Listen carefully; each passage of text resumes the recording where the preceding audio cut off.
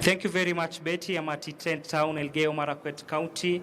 And yesterday in Uasin Gishu County, we saw chaos mad. The Jubilee party of the interim officials were the elected members. They were shouting match between aspirants and elected leaders. And today, the third day where we are here at Iten town, Elgeyo Marakwet County, and the process of electing the leaders of the Jubilee party is almost, and I'm now joined by Onesmus Kipchumba Murkomen, the Senator of Elgeyo Marakwet County. And as you had stated, the Senate of Elgeyo Marakwet County was to appear before the Parliamentary, before the Park Committee, but evidently the Senator is here. Maybe he'll just tell us, Mheshimiwa, we are told that you are supposed to appear before the Park Committee. No, not at all. And I think this is the lies that has been perpetuated for a long time. I have never been invited to Park, and I will never be invited to Park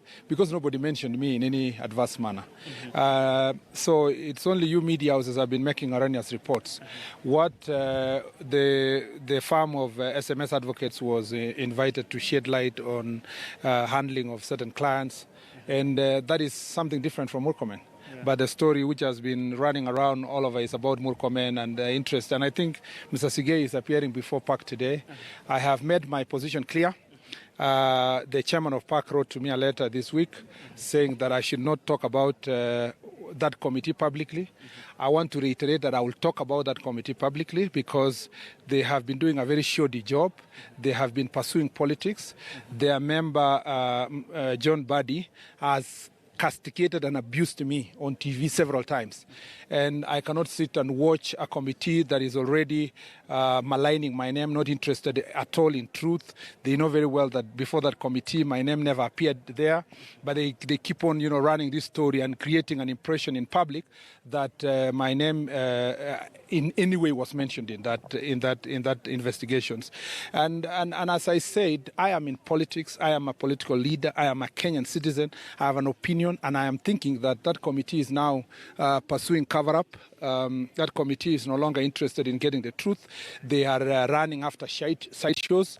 They have forgotten about Anne Waiguru. That's why for almost now 3 or 4 months, my name and the name of Farouk Kibet is being mentioned in regard to handling a client who actually even never worked for NYS, but the real characters who carried money in sacks, the thieves, are being cleaned by that committee. And I challenge Honorable Gumbo, who is sitting in that committee today, and I will challenge him tomorrow, and I'll challenge him tomorrow, and even next year.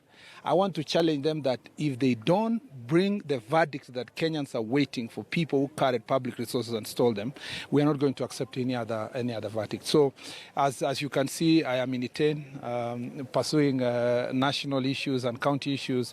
I have no doubt in my mind that my colleague and our partner Hilary Sigei would handle the legal issues that it ought to be.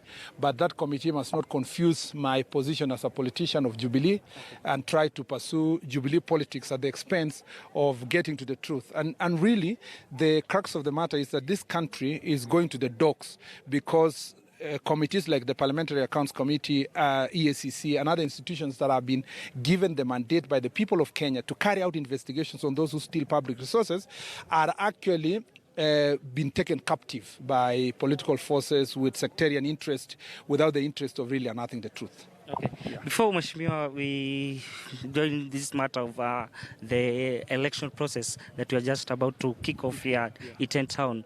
Recently, or before, you were in for one Anne Waiguru, the former CS. Yes, absolutely. But now, what changed? Because it seems that you have now changed tune.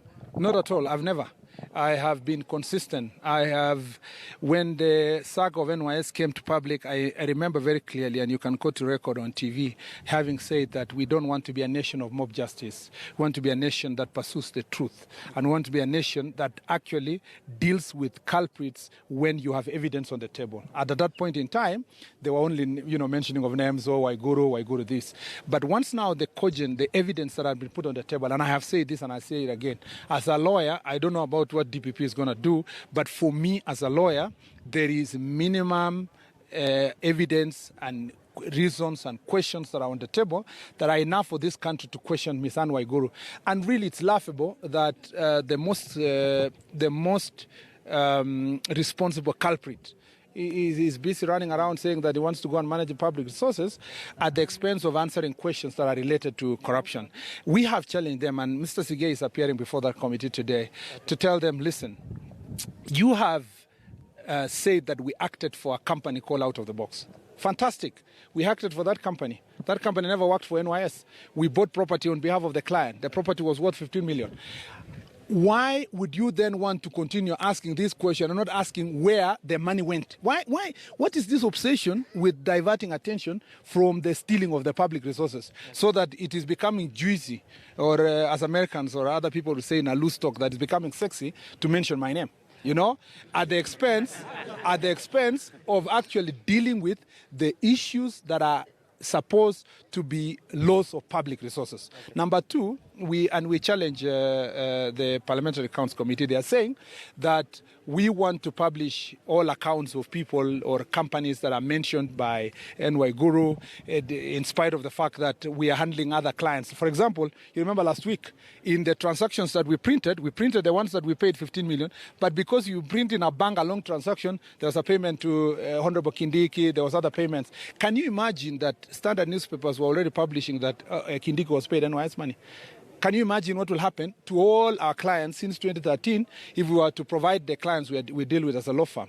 And second, I have challenged the committee, Mr. Gumbo and your committee members, to give confidence to the people of Kenya that you are not using the privileged position as members of parliament to either raise Christmas gifts or to raise campaign money.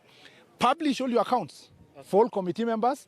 Publish the accounts for your farms and the farms of your associates. Then we as Kenyans will say, Mr. Gumbo and his team are so pursuant of the truth, they have even given us the accounts and it's so clear that they have never received any money from anybody. I challenge that committee. Okay, that aside, Mheshimiwa, yesterday witness where chaos mad was in Gishu, where this election process of the Jubilee interim officials, we also witnessed in Tharaka-Nithi and also Embu counties. What should we expect today here in Iten?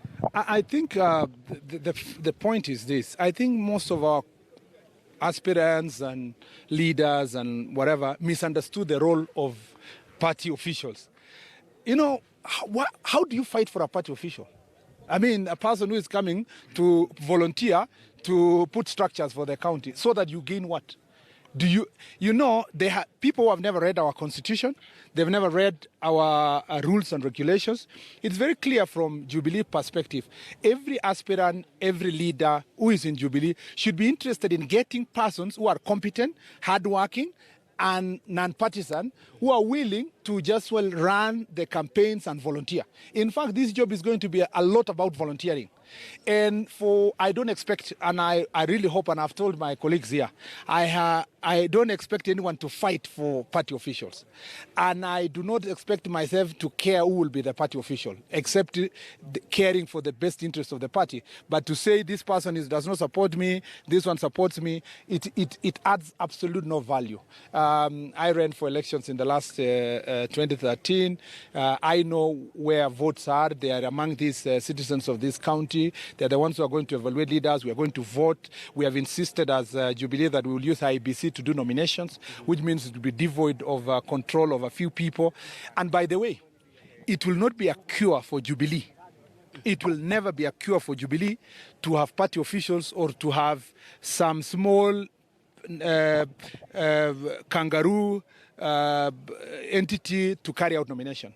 The president is clear, the deputy president is clear, the leadership of Jubilee is clear. I am clear in my mind that if we want to build a political party that will stand the test of time, that will give fairness to these people of Elgeyo Marakwet, we must get IEBC to carry out credible nominations. Because if you see people fighting, it is with the impression in mind that the officials who are going to be elected will have a say in who is going to be nominated. That is why people see it as a life and death issue. But if we can give our people the assurance that these officials are just gonna be volunteers. And I have challenged some of them who are here that if you remember those who are officials of URP and TNA in the last elections, many of them are still languishing. Nobody even remember them. They were not even nominated. They just volunteered. It's a work of sacrifice. It's a volunteering job. Okay. Yeah. Let's also hear from